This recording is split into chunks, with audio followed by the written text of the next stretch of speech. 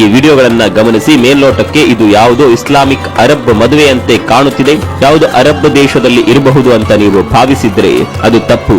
ಇದು ನಡೆಯುತ್ತಿರುವುದು ನಮ್ಮ ಪಕ್ಕದ ರಾಜ್ಯ ಕೇರಳದಲ್ಲಿ.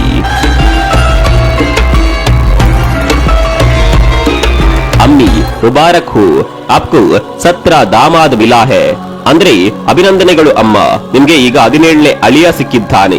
ಹೀಗೊಂದು ಮೆಸೇಜ್ ಹೈದರಾಬಾದ್ನ ಓಲ್ಡ್ ಸಿಟಿಯ ನಶೇಮನ್ ನಗರದ ಆಟೋ ಚಾಲಕ ಸಿರಾಜುದ್ದೀನ್ ಅಹಮದ್ ಅವರ ಮಗಳಾದ 18ನೇ ಹರಿಯದ ರೆಹಾನಾ ಬೇಗಂ ತನ್ನ ತಾಯಿ ಮೊಹಿನ್ ಬೇಗಂ ಅವರಿಗೆ ಕಳಿಸಿದ್ದಳು.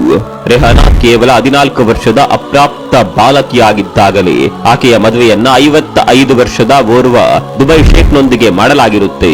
ಆದರೆ ಮದುವೆಯಾದ ಕೆಲವೇ ತಿಂಗಳುಗಳಲ್ಲಿ ಆಕೆಯ ಗಂಡ ಗರ್ಭಿಣಿಯಾದ ರೆಹಳಾನನ್ನ ಮುಂಬೈನ ರೈಲ್ವೆ ನಿಲ್ದಾಣದಲ್ಲಿ ಒಬ್ಬಂಟಿಯಾಗಿ ಬಿಟ್ಟು ಹೋಗಿದ್ದ. ಹತಾಶೆಯಿಂದ ಆಕೆ ತನ್ನ ತವರು ಮನೆಗೆ ಬಂದಾಗ ಅಲ್ಲಿ ನಡೆದದ್ದು ಇನ್ನೂ ದಾರುಣ.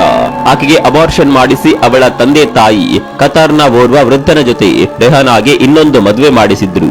ಆ ವೃದ್ಧ ಶೇಖ್ನೊಂದಿಗೆ ಆತನ ಜಾಗಕ್ಕೆ ಹೋದ ರೆಹನಾಗೆ ಕಾದಿದ್ದು ಮತ್ತೊಂದು ಸಂಕಷ್ಟ. ಆ ವೃದ್ಧ ಆಕೆಯನ್ನ ಮತ್ತೋರ್ವ ಶೇಖ್ಗೆ ಮಾರಾಟ ಮಾಡಿದ. ತದನಂತರದ ವರ್ಷಗಳಲ್ಲಿ ಅಸಹಾಯಕ ರೆಹನಾಳಿಗೆ ಬರೋಬ್ಬರಿ 14 ಬಾರಿ ವಿವಾಹ ನಡೆಯಿತು.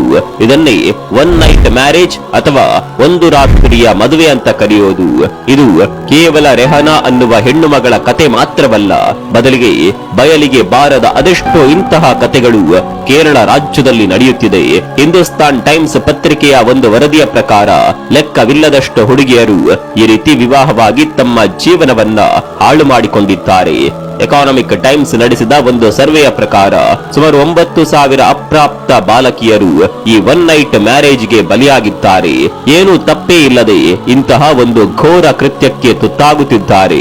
ಇಲ್ಲಿ ತಪ್ಪಿತಸ್ಥರು ಬೇರ್ಯಾರೂ ಅಲ್ಲ, ಸ್ವತಃ ಈ ಹೆಣ್ಣು ಮಕ್ಕಳ ತಂದೆ ತಾಯಿಯರೇ ಆಗಿದ್ದಾರೆ. ಕೇವಲ ಹಣಕ್ಕಾಗಿ ಈ ಅಪರಾಧ ಎಸಗುತ್ತಿದ್ದಾರೆ. ಈ ಅಮಾಯಕ ಹೆಣ್ಣು ಮಕ್ಕಳ ಪೋಷಕರು ಶ್ರೀಮಂತ ಅರಬ್ ಶೇಖ್ಗಳಿಗೆ ತಮ್ಮ ಹೆಣ್ಣು ಮಕ್ಕಳನ್ನ ಒಂದು ರಾತ್ರಿಯ ಮದುವೆಗಾಗಿ ಮಾರಿಕೊಳ್ಳುತ್ತಿದ್ದಾರೆ. ಇದು ಇಂದು ನಿನ್ನೆಯದಲ್ಲ, ಈ ದಂಧೆ ಶತಮಾನಗಳಿಂದಲೂ ನಡೆಯುತ್ತಲೇ ಇದೆ. ಇದನ್ನೇ ಅರಬ್ ಕಲ್ಯಾಣಂ ಅಂತ ಕರೆಯೋದು. 1000 ವರ್ಷಗಳ ಹಿಂದೆ ಕೇರಳದ ವಲಿಯಂಗಡಿ ಅಂದ್ರೆ ಮಾರುಕಟ್ಟೆ ವ್ಯವಸ್ಥೆ ಜಾರಿಯಲ್ಲಿತ್ತು. ಕ್ಯಾಲಿಕಟ್ ಎಂಬ ಊರಿನಲ್ಲಿ ಈ ಮಾರುಕಟ್ಟೆ ಇತ್ತು. ಸಾಂಬಾರು ಪದಾರ್ಥಗಳನ್ನ ಮಾರಾಟ ಮಾಡೋದಕ್ಕೆ, ಬೃಹತ್ ಹಡಗು ನಿರ್ಮಾಣಕ್ಕೆ ಮತ್ತು ಬಂದರುಗಳಿಗೆ ಈ ಊರು ಖ್ಯಾತಿ ಪಡೆದಿತ್ತು. ಅನೇಕ ವ್ಯಾಪಾರಿಗಳು ಈ ಪ್ರದೇಶಕ್ಕೆ ವ್ಯಾಪಾರದ ಸಲುವಾಗಿ ಬರ್ತಾ ಇದ್ರು. ಮುಖ್ಯವಾಗಿ ಅರಬ್ ವ್ಯಾಪಾರಿಗಳೇ ಹೆಚ್ಚಾಗಿ ಬರ್ತಾ ಇದ್ದಿದ್ದು. ಕ್ರಿಸ್ತಶಕ 629ರಲ್ಲಿ ಈ ಅರಬ್ ವ್ಯಾಪಾರಿಗಳು ಬೃಹತ್ ಸಂಖ್ಯೆಯಲ್ಲಿ ಆಗಾಗ ಈ ಪ್ರದೇಶಕ್ಕೆ ಬರುತ್ತಲೇ ಇದ್ರು. ಇವರು ಈ ಪ್ರದೇಶದಲ್ಲೇ ಭಾರತದ ಮೊಟ್ಟ ಮೊದಲ ಮಸೀದಿಯನ್ನ ಕಟ್ಟಿಸಿದ್ರು.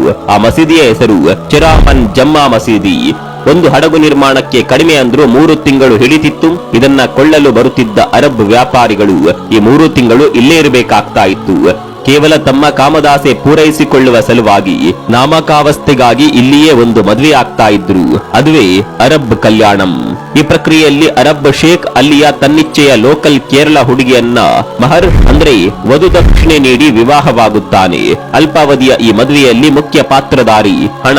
ಸುಮಾರು 1 ರಿಂದ 3 ತಿಂಗಳವರೆಗಿನ ಈ ವಿವಾಹ ಸಂಬಂಧವನ್ನ ಸಂಪೂರ್ಣವಾಗಿ ಅನುಭವಿಸಿ ಆ ಹುಡುಗಿಯನ್ನ ಗರ್ಭಿಣಿಯಾಗಿಸಿ ಹಡಗು ತಯಾರಾಗುತ್ತಿದ್ದಂತೆ ಆ ಹುಡುಗಿಯನ್ನ ಅಲ್ಲಿಯೇ ಬಿಟ್ಟು ಹೊರಡ್ತಾರೆ ಆ ಅರಬ್ ಶೇಖ್.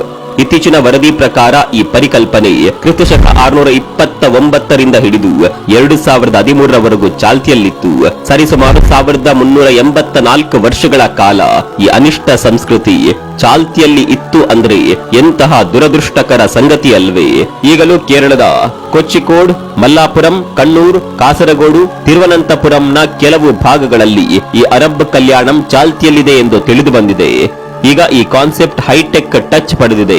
ಬ್ರೋಕರ್ಗಳು ಈ ದಂಧೆಯ ಉಸ್ತುವಾರಿ ವಹಿಸಿಕೊಂಡಿದ್ದಾರೆ. ಎಷ್ಟು ಹಣ, ಎಷ್ಟು ಪವನ್ ಚಿನ್ನ ಹುಡುಗಿಯ ಮನೆಗೆ ನೀಡಬೇಕು ಎಲ್ಲವನ್ನ ನಿಗದಿಪಡಿಸಿ ವ್ಯಾಪಾರ ನಡೆಸ್ತಾರೆ. ಇಲ್ಲಿ ಹೆಣ್ಮಕ್ಳು ನಿಜಕ್ಕೂ ವ್ಯಾಪಾರದ ವಸ್ತುವಾಗಿರ್ತಾರೆ. ಹಿಂದೂಸ್ತಾನ್ ಟೈಮ್ಸ್ ವರದಿಯ ಪ್ರಕಾರ 50 ಬ್ರೋಕರ್ಗಳಲ್ಲಿ 15 ಗಲ್ಫ್ ದೇಶದ ಬ್ರೋಕರ್, 35 ಹೈದರಾಬಾದ್ ಮೂಲದ ಬ್ರೋಕರ್ಗಳು ಇದ್ದರು. ಇದರಲ್ಲಿ 25 ಮಂದಿ ಮಹಿಳೆಯರೇ ಆಗಿದ್ದರು.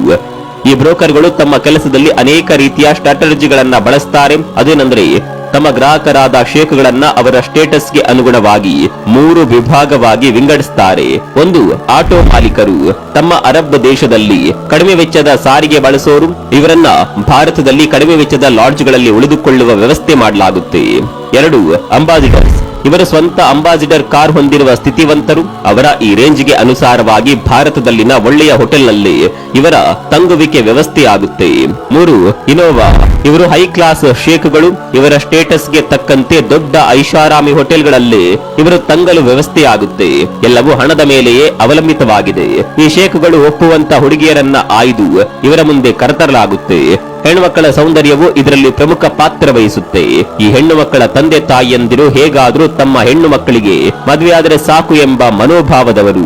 ಅದಾಗಲೇ ಬ್ರೋಕರ್ಗಳೊಂದಿಗೆ ಮಾತನಾಡಿ ತಮಗೆ ಬೇಕಿರುವ ಹಣದ ಲೆಕ್ಕಾಚಾರ ಮಾತನಾಡಿರುತ್ತಾರೆ. ಆ ಪುಟ್ಟ ಹುಡುಗಿ ಋತುಮತಿ ಆಗೋದನ್ನೇ ಕಾದು ಆದ ನಂತರವೇ ಶೇಖ್ಗಳೊಂದಿಗೆ ಡೀಲ್ ಮುಗಿಸ್ತಾರೆ. ಕೇವಲ 13-14 ವರ್ಷ ಇರುವಾಗಲೇ ಈ ಮುಗ್ಧ ಜೀವವನ್ನ ಅಕ್ಷರಶಃ ಮಾರಾಟ ಮಾಡಲಾಗುತ್ತೆ. ಇದನ್ನ ವಿರೋಧಿಸುವ ಶಕ್ತಿ ಆ ಹುಡುಗಿಗೆ ಇರೋದಿಲ್ಲ. ಯಾವ ಶೇಖ್ ಹೆಚ್ಚು ಹಣ, ಚಿನ್ನದ ಆಮಿಷ ಒಡ್ಡುತ್ತಾರೋ ಅವರ ಪಾಲಾಗುತ್ತಾಳೆ ಆ ಹುಡುಗಿ. ತಂದೆ ತಾಯರಿಗಂತೂ ವರದಕ್ಷಿಣೆ ಇಲ್ಲದೆ ನಮ್ಮ ಹುಡುಗಿಯ ಮದುವೆ ಆಗುತ್ತೆ. ಸಾಕಷ್ಟು ವಧುದಕ್ಷಿಣೆಯೂ ಸಿಗುತ್ತೆ. ಜೀವನ ಮಾರ್ಗಕ್ಕೆ ಎಷ್ಟು ಸಾಕು ಎಂದೇ ಯೋಚಿಸ್ತಾರೆ.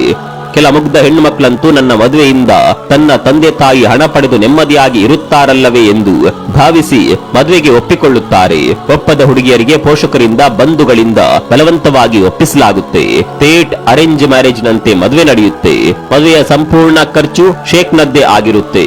50,000ದಿಂದ 5 ಲಕ್ಷದವರೆಗೂ ವ್ಯಾಪಾರ ನಡೆಯುತ್ತೆ. 2 ಕಡೆಯಿಂದಲೂ ಬ್ರೋಕರ್ಗೆ ಕಮಿಷನ್ ಹೋಗುತ್ತೆ. ಪೋಷಕರಿಂದ ಹೆಚ್ಚು ಲಾಭ ಪಡೆಯೋದು ಈ ಬ್ರೋಕರ್ಸ್ಗಳೇ. ಕೆಲ ಶೇಖ್ಗಳು ಹಣದ ಬದಲು ಚಿನ್ನ, ಸ್ವಂತ ಮನೆ, ಕಾರುಗಳನ್ನ ನೀಡ್ತಾರೆ. ಒಮ್ಮೊಮ್ಮೆ ಬ್ರೋಕರ್ಗಳು ಅನಾಥಾಶ್ರಮದಿಂದ ಅನಾಥ ಹೆಣ್ಣು ಮಕ್ಕಳನ್ನ ಸಹ ಈ ದಂಧೆಯಲ್ಲಿ ಶಾಮೀಲು ಮಾಡ್ತಾರೆ.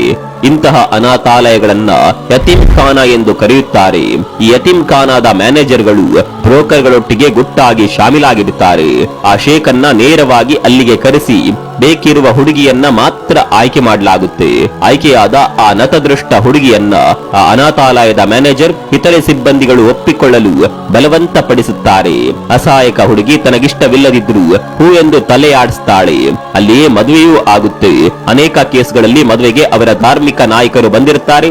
ಇದನ್ನೆಲ್ಲ ವಿರೋಧಿಸುವ ಬದಲು ನೇರವಾಗಿ ತಮ್ಮ ಬೆಂಬಲ ಸೂಚಿಸುತ್ತಾರೆ. ಈ ಮದುವೆಯನ್ನ ಲೀಗಲ್ ಆಗಿ ಸರ್ಟಿಫೈ ಸಹ ಮಾಡಿಸಲಾಗುತ್ತೆ. ಅರ್ಥಾತ್ ಲೀಗಲ್ ಪ್ರಾಸ್ಟಿಟ್ಯೂಷನ್ ಅಂದ್ರೆ ಸಕ್ರಮ ವ್ಯಭಿಚಾರ. ಇನ್ನು ಈ ಶೇಖ್ಗಳಂತೂ ತಮ್ಮಿಷ್ಟಕ್ಕೆ ತಕ್ಕಂತೆ ಆ ಹುಡುಗಿಯರನ್ನ ಕೊಡಿಸ್ತಾರೆ. ತಂಗಲು ಸಿದ್ಧಪಡಿಸಿದ ಆ ಹೋಟೆಲ್ನಲ್ಲಿ ಸಂಸಾರ ಪ್ರಾರಂಭಿಸುತ್ತಾರೆ. ಇಲ್ಲವಾದಲ್ಲಿ ಆ ಹುಡುಗಿಯ ಪಾಸ್ಪೋರ್ಟ್ ಸಿದ್ಧಪಡಿಸಿ ಆಕೆಯನ್ನ ತಮ್ಮೊಂದಿಗೆ ತಮ್ಮ ದೇಶಕ್ಕೆ ಕರೆದುಕೊಂಡು ಹೋಗಿ ಕೆಲವೇ ತಿಂಗಳುಗಳಲ್ಲಿ ಆಕೆ ಗರ್ಭವತಿ ಆಗುತ್ತಿದ್ದಂತೆ ವಾಪಸ್ ಕೇರಳಕ್ಕೆ ಕಳಿಸ್ತಾರೆ. ಮಗುವನ್ನ ಹೆರೋದು ಬಿಡೋದು ಆಕೆಯ ತಂದೆ ತಾಯಿಯರ ತೀರ್ಮಾನ. ಕೆಲ ಪೋಷಕರು ಅಬಾರ್ಷನ್ ಮಾಡಿಸಿ ಮತ್ತೊಮ್ಮೆ ಆ ಹುಡುಗಿಯ ಮಾರಾಟಕ್ಕೆ ಮುಂದಾಗ್ತಾರೆ. ಇಲ್ಲವಾದಲ್ಲಿ ಆಕೆಯನ್ನ ಕೇರಳಗೆ ವಾಪಸ್ ಕಳುಹಿಸದೆ ಆ ಶೇಖ್ ಆಕೆಯನ್ನ ಬೇರೊಬ್ಬರಿಗೆ ಮಾರಾಟ ಮಾಡ್ತಾನೆ. ಅನಾಥಾಶ್ರಮದಿಂದ ಬಂದ ಹೆಣ್ಣು ಮಕ್ಕಳ ಕಥೆಯಂತೂ ಹೇಳತೀರದು. ವಾಪಸ್ ತನ್ನೂರಿಗೆ ಬರಲು ಆಗದೆ ಗುರುತು ಪರಿಚಯ ಇಲ್ಲದ ಊರಿನಲ್ಲಿ ನರಕ ಅನುಭವಿಸ್ತಾರೆ. ಅಬ್ಬಬ್ಬ, ಈ ಹೃದಯ ವಿದ್ರಾವಕ ಘಟನೆಯನ್ನ ಊಹಿಸಲು ಕೂಡ ಸಾಧ್ಯವಾಗುವುದಿಲ್ಲ. ಹಣಕ್ಕಾಗಿ ಹೆತ್ತ ಪೋಷಕರೇ ಇಂತಹ ವಿಕೃತಕ್ಕೆ ಕೈ ಹಾಕಿದ್ರೆ ಬೇಲಿಯೇ ಎದ್ದು ಹೊಲಮೇದಂತೆ ಅಲ್ವೇ. ಟೈಮ್ಸ್ ಆಫ್ ಇಂಡಿಯಾದಲ್ಲಿ ಈ ಬಗ್ಗೆ ಒಮ್ಮೆ ವರದಿಯಾಗಿತ್ತು. ಒಮ್ಮೆ ಕಾಲೇಜಿಗೆ ಒಬ್ಬ ಬಡ ಹುಡುಗ ಏಕಾಏಕಿ ಐಷಾರಾಮಿ ಕಾರ್ನಲ್ಲಿ ಬರ್ತಾನೆ. ಆತನ ಫ್ರೆಂಡ್ಸ್ ಆಶ್ಚರ್ಯದಿಂದ ಹೇಗೆ ದಿಢೀರನೆ ಇಷ್ಟು ಕಾಸ್ಟ್ಲಿ ಕಾರ್ನಲ್ಲಿ ಬಂದೆ ಎಂದು ಕೇಳಿದಾಗ, ಮೊನ್ನೆ ತಾನೇ ನನ್ನ ಅಕ್ಕನ ನಿಕಾ ಒಬ್ಬ ಅರಬ್ ಶೇಖ್ನೊಟ್ಟಿಗೆ ಆಯ್ತು. ನನ್ನ ಬಾವ ಈ ಕಾರನ್ನ, ಒಂದು ಮನೆಯನ್ನ ಗಿಫ್ಟ್ ಆಗಿ ಕೊಟ್ಟಿದ್ದಾರೆ ಎಂದು ಹೇಳುತ್ತಾನೆ. ಇದೇ ಅರಬ್ ಕಲ್ಯಾಣಂನ ಅಸಲಿಯತ್ತು.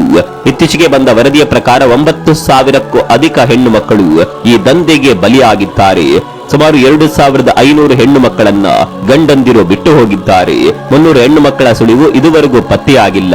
ಇದರ ಕುರಿತಾಗಿ ಕೇರಳ ಸರ್ಕಾರ ಏನಾದರೂ ಕ್ರಮ ಕೈಗೊಂಡಿದೆಯಾ ಅಂದ್ರೆ ಇದುವರೆಗೂ ಇಂತಹ ಮಾಹಿತಿ ದೊರೆತಿಲ್ಲ. ಅತಿ ಹೆಚ್ಚು ಸಾಕ್ಷರತೆ ಹೊಂದಿರುವ ರಾಜ್ಯದಲ್ಲಿ ಇಂತಹ ದುಷ್ಕೃತ್ಯ ನಡೆಯುತ್ತಿರುವುದು ಬೇಸರದ ಸಂಗತಿ. ಅರಬ್ ಕಲ್ಯಾಣಂ ಎಲೆಮರಿಯ ಕಾಯಿಯಂತೆ ಕಾಣದಂತೆ ತನ್ನ ವಿಕೃತಿ ಮೆರೆಯುತ್ತಿದೆ.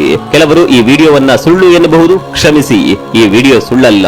ಈ ಬಗ್ಗೆ ಗೂಗಲ್ ನಲ್ಲಿ ಹುಡುಕಿ ನೋಡಿ, ಮಾಹಿತಿ ನಿಮ್ಗೆ ಸಿಗುತ್ತೆ. ಹೆಣ್ಣನ್ನ ಭೋಗದ ವಸ್ತುವಿನಂತೆ ಕಾಣುವ ಯಾರಿಗೂ ಒಳ್ಳೆಯದಾಗಲ್ಲ. ಯತ್ರ ನಾರ್ಯಂತೂ ಪೂಜ್ಯಂತೆ ತತ್ರ ರಮಂತೆ ದೇವತಃ ಅಂದ್ರೆ ಹೆಣ್ಣನ್ನ ಎಲ್ಲಿ ಪೂಜಿಸ್ತಾರೋ ಅಲ್ಲಿ ಸಕಲ ದೇವತೆಗಳು ಕೂಡ ವಾಸವಿರುತ್ತಾರೆ ಅಂತ. ದೇವತೆಯಂತೆ ಪೂಜಿಸದಿದ್ರೂ ಪರವಾಗಿಲ್ಲ, ಆಕೆಯನ್ನ ಬದುಕಲು ಬಿಡಿ ಎಂದಷ್ಟೇ ಹೇಳಬೇಕೆನಿಸುತ್ತಿದೆ. ಅರಬ್ ಕಲ್ಯಾಣಂ ಎಂಬ ಈ ಅನಿಷ್ಟ ಪದ್ಧತಿ ಸಂಪೂರ್ಣವಾಗಿ ನಿಲ್ಲಲಿ, ಸರ್ಕಾರವು ಈ ಬಗ್ಗೆ ಕ್ರಮ ಕೈಗೊಳ್ಳಲಿ ಅನ್ನೋದೇ ನಮ್ಮ ಆಶಯ. ಈ ಕುರಿತು ನಿಮ್ಗೆ ಏನನ್ಸುತ್ತೆ ಅನ್ನೋದನ್ನು ಕಾಮೆಂಟ್ ಮಾಡಿ. ಮತ್ತೊಂದು ವಿಡಿಯೋದಲ್ಲಿ ಸಿಗೋಣ. ಅಲ್ಲಿವರೆಗೂ ನಮಸ್ಕಾರ.